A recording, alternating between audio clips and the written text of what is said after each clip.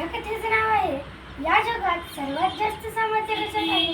एकदा एका शाळेतील दोन मुलं गप्पा मारत होते.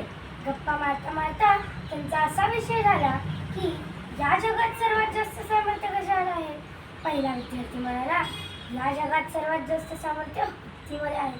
तर दुसरा विद्यार्थी म्हणाला या जगात सर्वात जास्त सामर्थ्य हवेमध्ये आहे.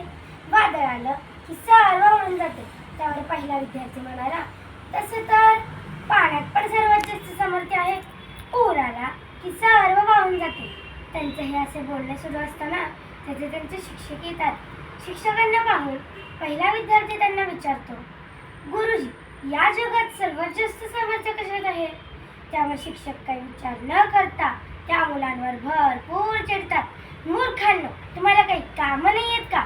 जरा वेळ मोकळा मिळाला की लागतात गप्पा मारायला. अभ्यास करायचा नाही आणि बाकीचे फालतू प्रश्न विचारायचे. खबरदार पुन्हा असे प्रश्न विचारलेत तर, असे म्हणून गुरुजी तिथून निघून जातात. गुरुजींचे बोलणे ऐकून मुलांना वाईट वाटते. त्यांनाही राग येतो. ते गुरुजींबद्दल वाईट साईट बोलायला लागतात. आपले गुरुजी असेच आहेत, आपल्याला नेहमीच ओरडतात.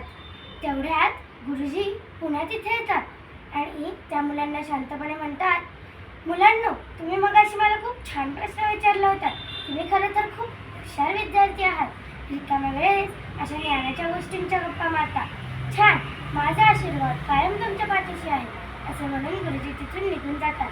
गुरुजी गेल्यावर मुलांना थोडेसे आश्चर्य वाटते. ते एकमेकांना म्हणतात आपले गुरुजी एवढे पण वाईट नाही आहेत. आपल्यासाठी त्यांनी किती काय काय केले आहे.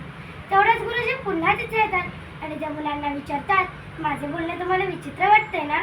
तर मुले म्हणतात हो गुरुजी. तर गुरुजी म्हणतात काही समजले का. मुले म्हणतात नाही गुरुजी. त्यामुळे गुरुजी म्हणतात हे तुमच्या प्रश्नाचे उत्तर आहे. या जगात सर्वात जास्त सामर्थ्य तुमच्या बोलण्यात आहे. मी तुम्हाला वाईट बोललो तर मी तुम्हाला वाईट वाटलो आणि जेव्हा आम्ही तुमच्याशी चांगलं बोललो तेव्हा आम्ही तुम्हाला चांगलं वाटू लागलो. बोलल्याने मने जुळतात सुद्धा आणि तुटतात सुद्धा. हे सर्वात भयंकर असते. म्हणूनच बोलण्याचे सामर्थ्य ओळखा. या जगात सर्वात जास्त सामर्थ्य तुमच्या बोलण्यात आहे. हे कायम लक्षात ठेवा आणि तसे वागायला शिका. तात्पर्य बोलल्यानंतर विचार करण्यापेक्षा विचार करून बोला. धन्यवाद.